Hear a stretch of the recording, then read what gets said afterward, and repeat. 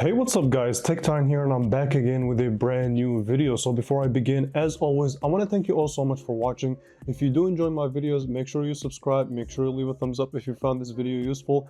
But with that being said, I've spent almost 4 months with the 2025 Moto Edge. And I do have some thoughts on this device now that it's been out in the market and we're reaching almost its first quarter of kind of cycle.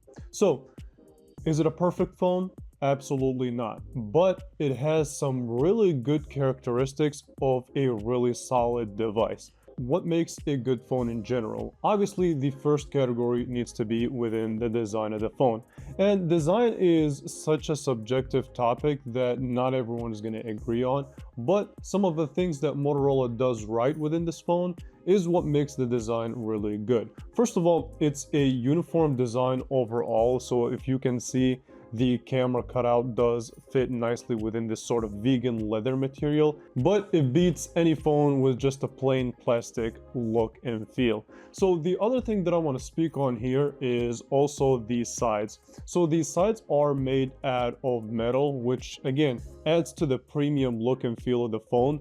And the right hand side and the left hand side are really thin, and that is to make room for the edge of the phone, which we will talk about later on in the video.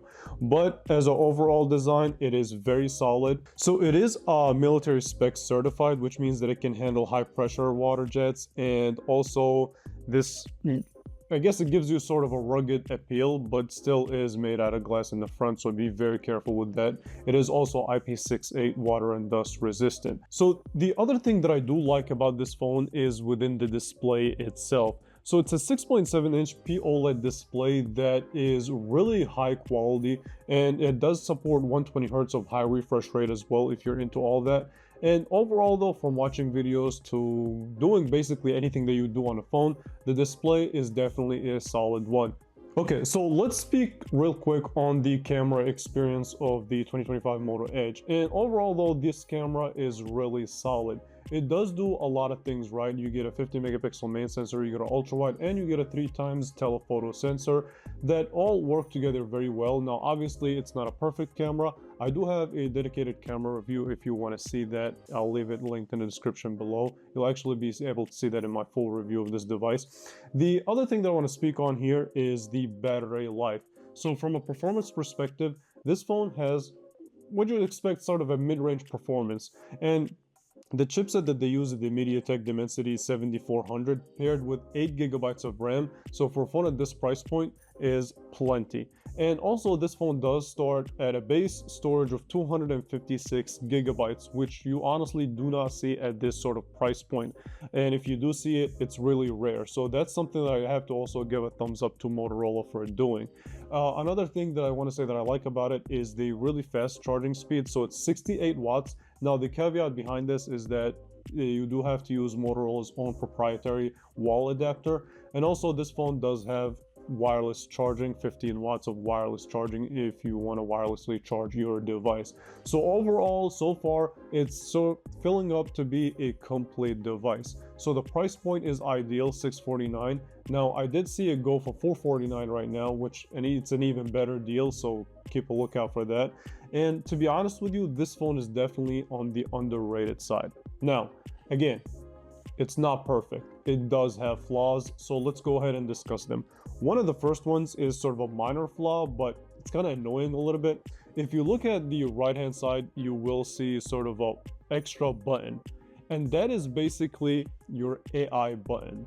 Now in the previous generation, this button was customizable to basically do whatever action that you decide to do with it.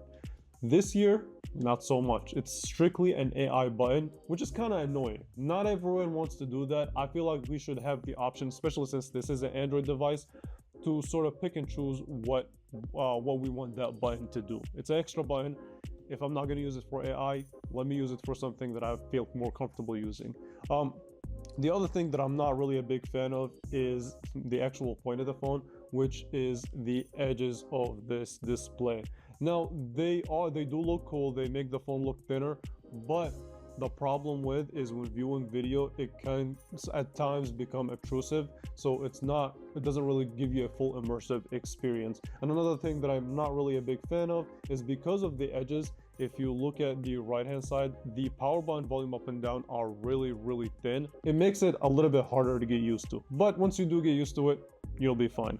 So overall though, these are sort of my cons when it comes to this device. But as far as performance and software, this phone will not get a really longevity software updates like you will see in some Samsung devices. It still will get major updates for the next, I believe, 2 to 3 years, but nothing like Samsung devices where you get 5 OS major upgrades.